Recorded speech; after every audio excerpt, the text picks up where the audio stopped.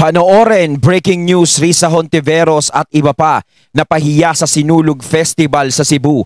VP natawa.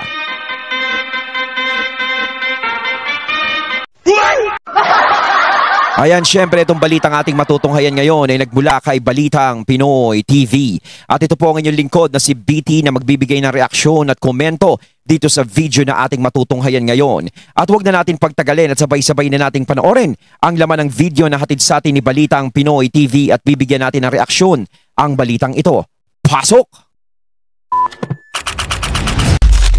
Narito ang Balitang Pinoy TV. Yo, what's up mga lods? It's PFTV. Welcome back po sa ating channel. Gusto ko lang po kayo ng update about dun sa panghihikayat ni Trillanes na sumama daw po sa kanila na ituloy daw po ang impeachment laban po kay VP Sara Duterte. Dadalo na po ang Magdalo party list ni Trillanes dito Ano naman ngayon kung dumalo sila? Hey! po sa pecha January 16, January 18, January 31. Pero ito mga lodi ang update. Nagsanib puwersang ang kampo po ni Trillanes na Magdalo, kampo po ng Makabayan Black, kampo po ng mga loyalista, kampo po ng mga Pinklawan. Grabe. Ano naman ngayon kung magsanib-sanib sila ng puwersa? Ang laki nga ng puwersa nila eh, no? Halos nakakatakot. Ang angas. Sheesh!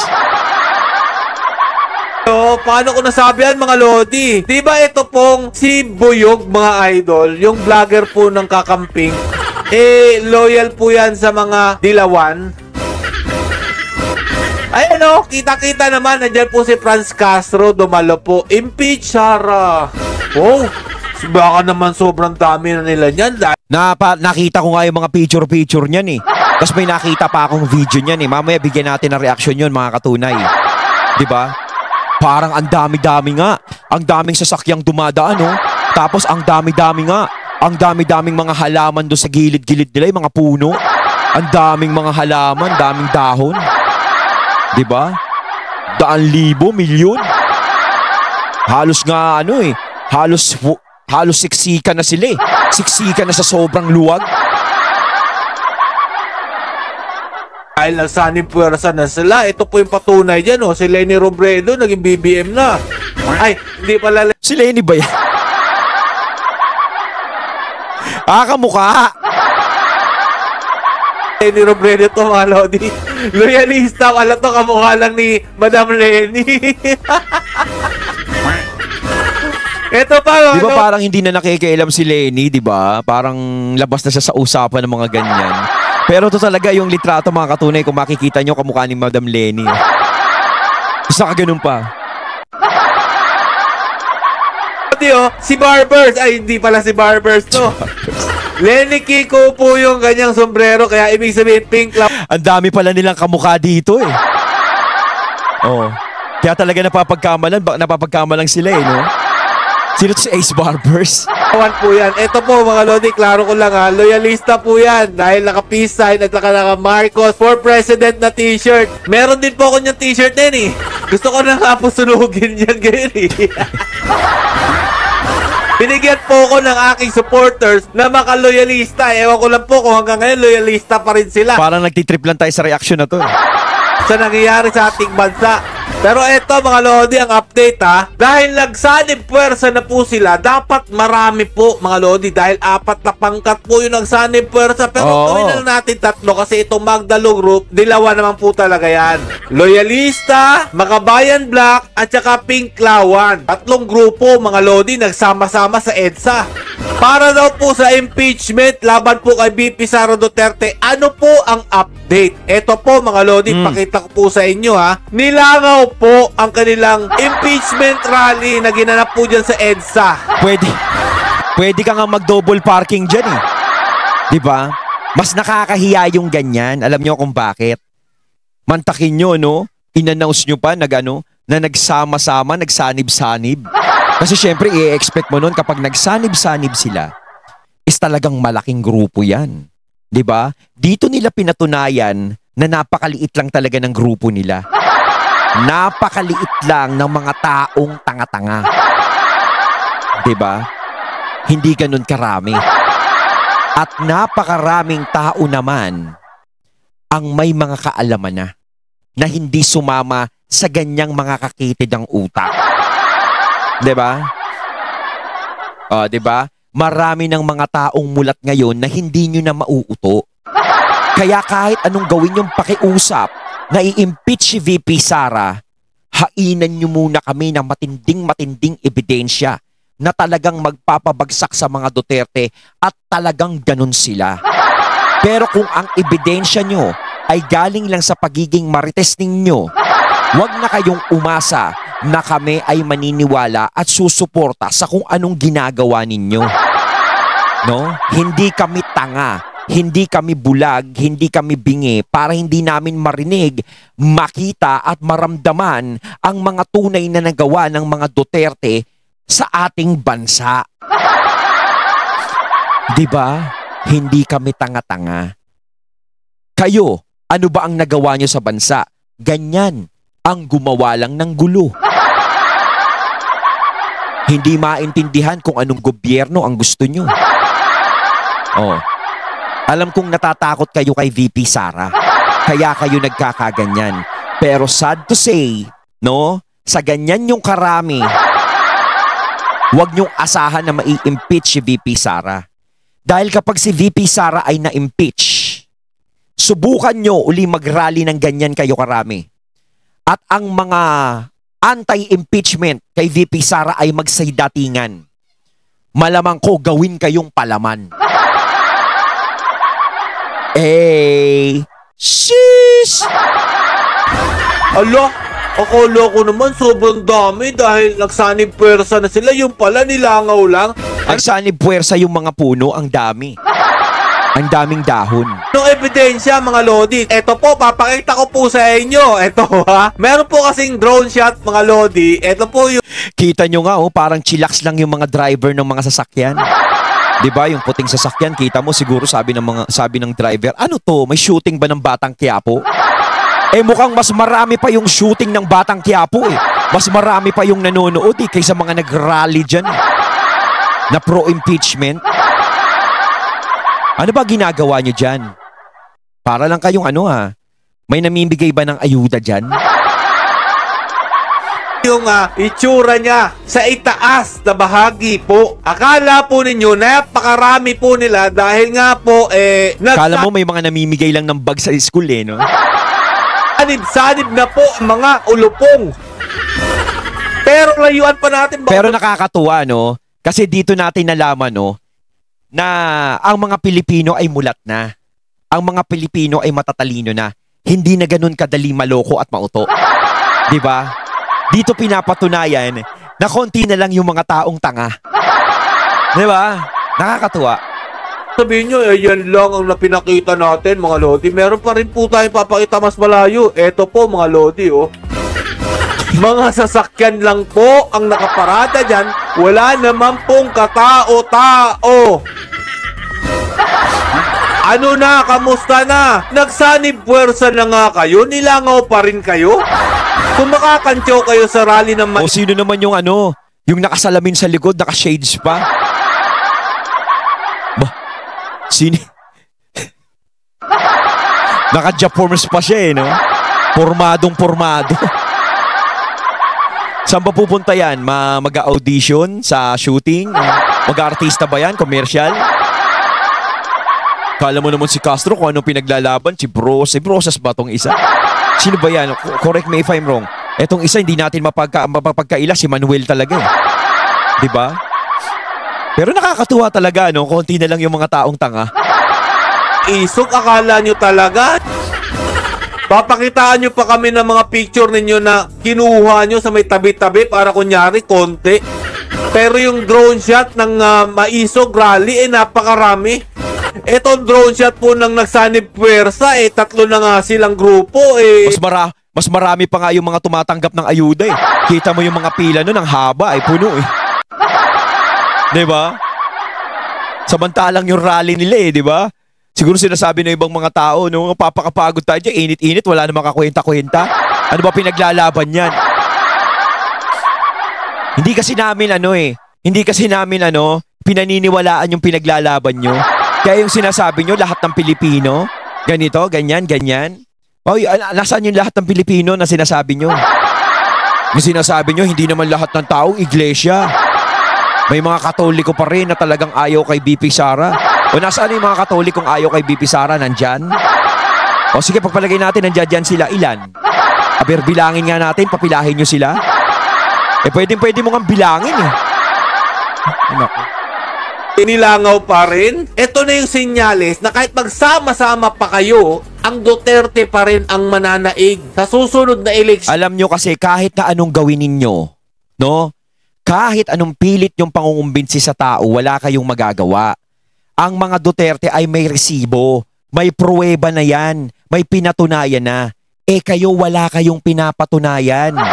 Ano na ba ang pinatunayan nyo sa bansa? Ang guluhin ng gobyerno? 'Di ba? Ang ipagpagpintangan ng mga Duterte? 'Di ba? Wala kayong nagawang maganda sa taong bayan. Ano ba na itulong nyo sa taong bayan? 'Di ba? Magsumahan nga tayo, sabihin nyo nga. Wala kayong naitulong.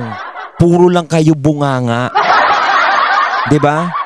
Kaya hindi nyo makukumbinse yung mga tao na pumalagay sa inyo. Ang mga Duterte talagang since day one pa lang, sa Davao pa lang napakalaki na ng ginawa nila. Halos nung naging presidente si PRRD, ang laki na ng ginawa nila. Nailigtas nila tayo. Baka nga kayo, pati kayo nakinabang dun. Diba? Nailigtas din kayo ni PRRD. Si VP Sara bilang Vice President, ginawa niya yung tungkulin niya. Bilang Vice President, nagtrabaho siya ng maayos, pinatunayan niya na fit siya sa pagiging Vice President. Kayo, anong ginawa nyo? Ano pinatunayan nyo? Ganyan? Wala kayong pinatunayan kahit na isa. Kitang-kita naman sa larawan na wala na talagang naniniwala yung pa-EDSA ninyo dyan.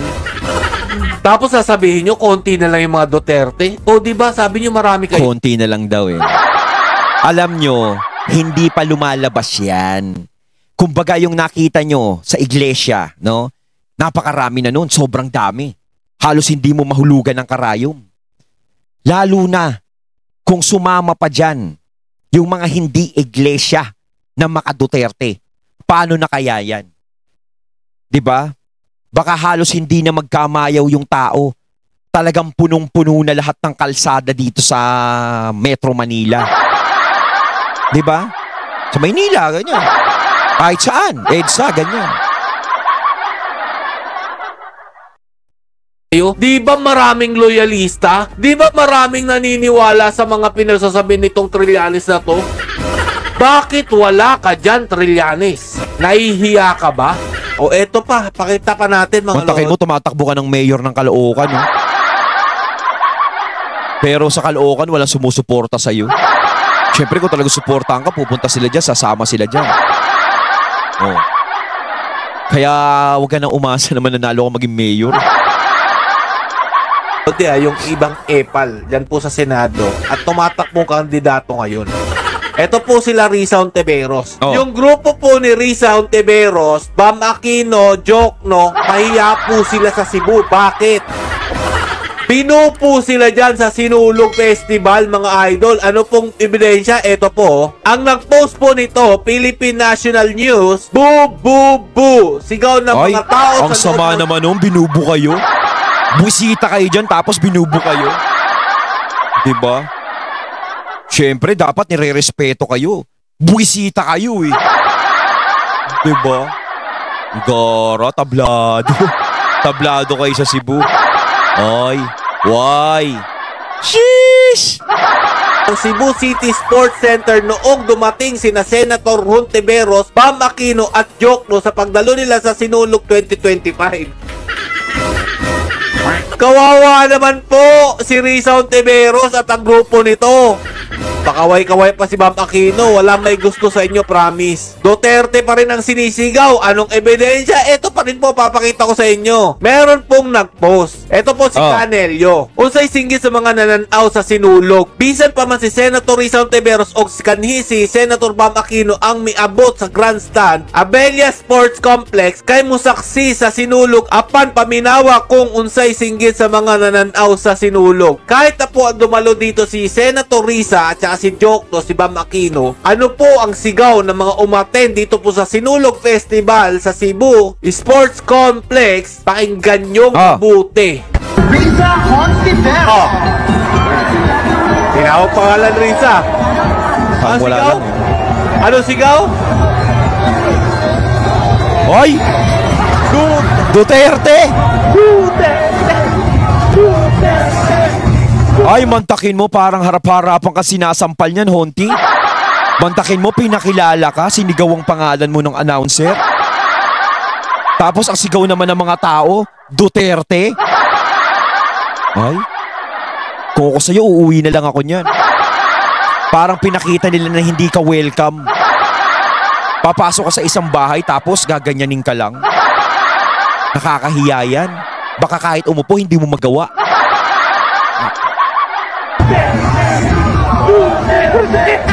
Ay, Duterte. Mantakin mo, Cebu yan, ha? Cebu yan. Pero ang sinisigaw ng mga kababayan natin sa Cebu ay Duterte. Tapos nandiyadyaan kayo ni Bam Aquino, si Jokno, tsaka ikaw, Risa. Pero ang sinisigaw, pinamumuka ng mga tao sa inyo, yung suporta nila sa mga Duterte. In your face, para kayong sinupalpal. Ay, Diyos. Ang sakit sa kalooban nun. Mantakin nyo, buwisita kayo dyan, tapos ginanon kayo ng mga tao. Sheesh! Apakaangas. Hey! Ano na, Risa Ontiveros? Masaya ba Iyak. tumalo sa mga ganyang event tapos ibubukan ng mga nanonood at sasabihin, Binuka na, nag-Duterte pa sila. Ay. Oh, nasaan na yung sinasabi? Nakukunti na lang yung sumusuporta sa mga Duterte. Kaya kayo, sinasabi ko sa inyo, kapag nakaligtas si VP Sara, nalagpasan niya lahat ng pagsubok sa kanya, nitong 2005, 2000, ano ba to? 2025, 2026, 2027, at nakatungtong siya sa 2028. Ha! Lahat kayo, finish na. Sheesh!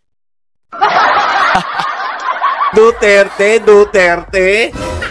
Ano na, Risa? Kamusta naman? Hindi nyo pa rin ba nararamdaman ang sinisigaw na ang Duterte pa rin ang mahal nila kahit wala na po sa posisyon si Tatay Duterte, kahit siraan nyo pa si VP Sara Duterte? Kita nyo, ang daming dumaang administrasyon.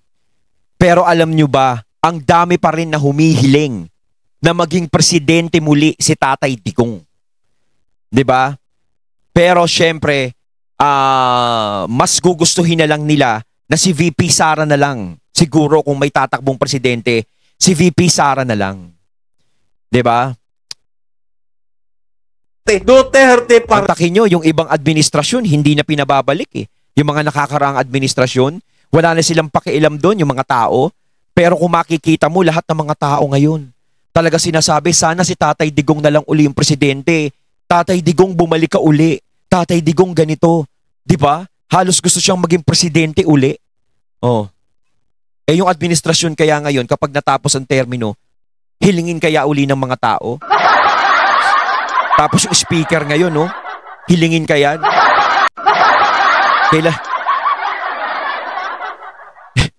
Alam nyo, ako tutuusin, ha?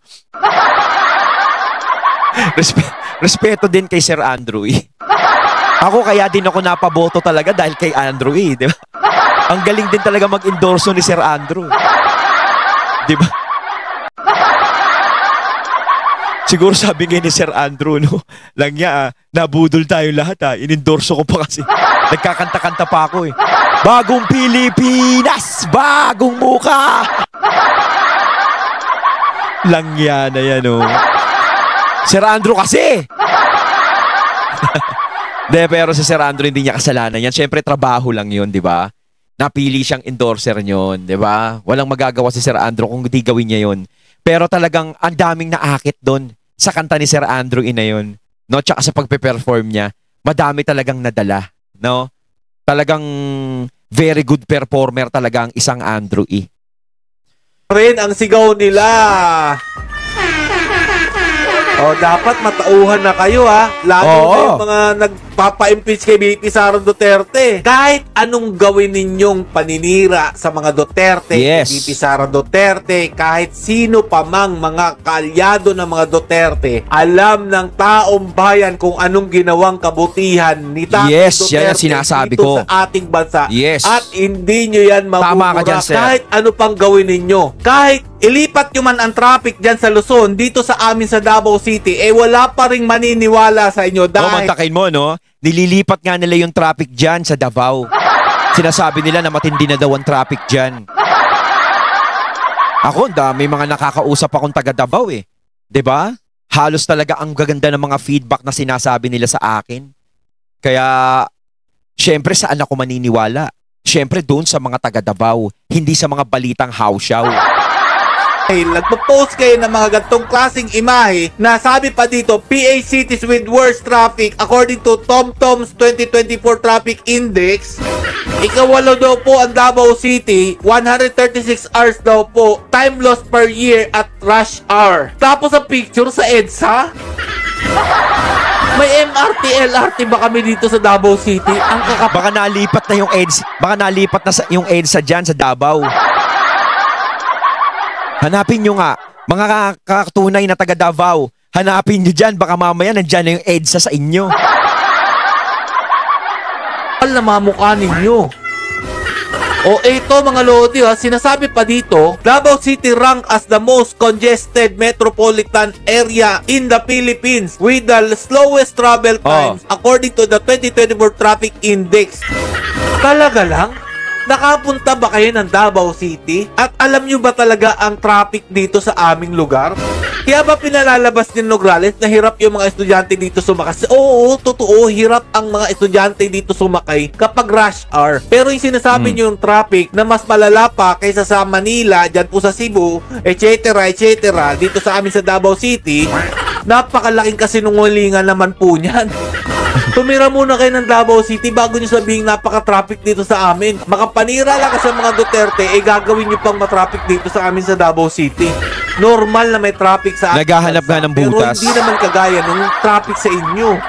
Kahit anong black propaganda pa ang gawin ninyo sa mga Duterte, eh wala pa rin maniniwala sa inyo. Yes. Dahil ang totoong sinisigaw ng taong bayan, yes, kitang-kita na Duterte sa ating bansa para maging maayos muli ito. Tanggalin ang mataas na bilang ng kriminalidad, droga, korupsyon. Ngayon talaga is nakakatakot na.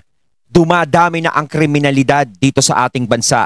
Hindi katulad dati, maraming natatakot. 'Di ba? Ngayon, parang malayang-malaya na sila sa kanilang ginagawa. Hay nako. Lahat po ng mga ganyan ay mawawala pag ang Duterte ang namuno sa ating bansa. Lalo na po't makaupo si BP Sara Duterte sa 2028. Mas maganda pa, mas maaga. Kaya mga katunay, kailangan isipin nyo maigi sa 2028. 'Di ba? O kaya wag na kayong mag-isip. Kung nakikita nyong maganda, no? Kung anong nakikita nyong maganda kay VP Sara at alam niyang kaya niyang gawin, wag na kayong mag-isip. Boto na. Eh sino pa ba magiging katapat ni VP Sara? Meron ba? O sige comment nga dito kung meron pang pwede itapat. O, yung pwede pang makatulong sa bansa natin na medyo matino-tino utak. O, alam naman natin basta mga kasama ng Duterte is matitino ang utak niyan. 'Di ba? Ang problema, iilan lang sila. No, mas marami pa rin ng saliwa ang utak yung mga baluktot. Hanggang dito na lang po muna. Mag-rally na kayo dyan. Mga pinklawan, mga loyalista, at mga grupo ni Joma na mga salot ng ating lugar. Tuloy nyo lang yan hanggat mapuno na ang mga tao sa inyong pag-iingay laban sa mga Duterte. Ayun, at ating natunghayan ng video na nagbula kay Balitang Pinoy TV. At syempre natunghayan natin yung boses na yun na binigyan natin ng reaksyon na nagbula kay Sir. Ayan o, wala kasing pangalan. Pero credits po sa inyo, Sir. Ayan, syempre, comment kayo sa comment box mga katunay sa inyong sasabihin dito sa inyong mga nasaksihan. No? So once again, I'm BT and I'm out. Peace.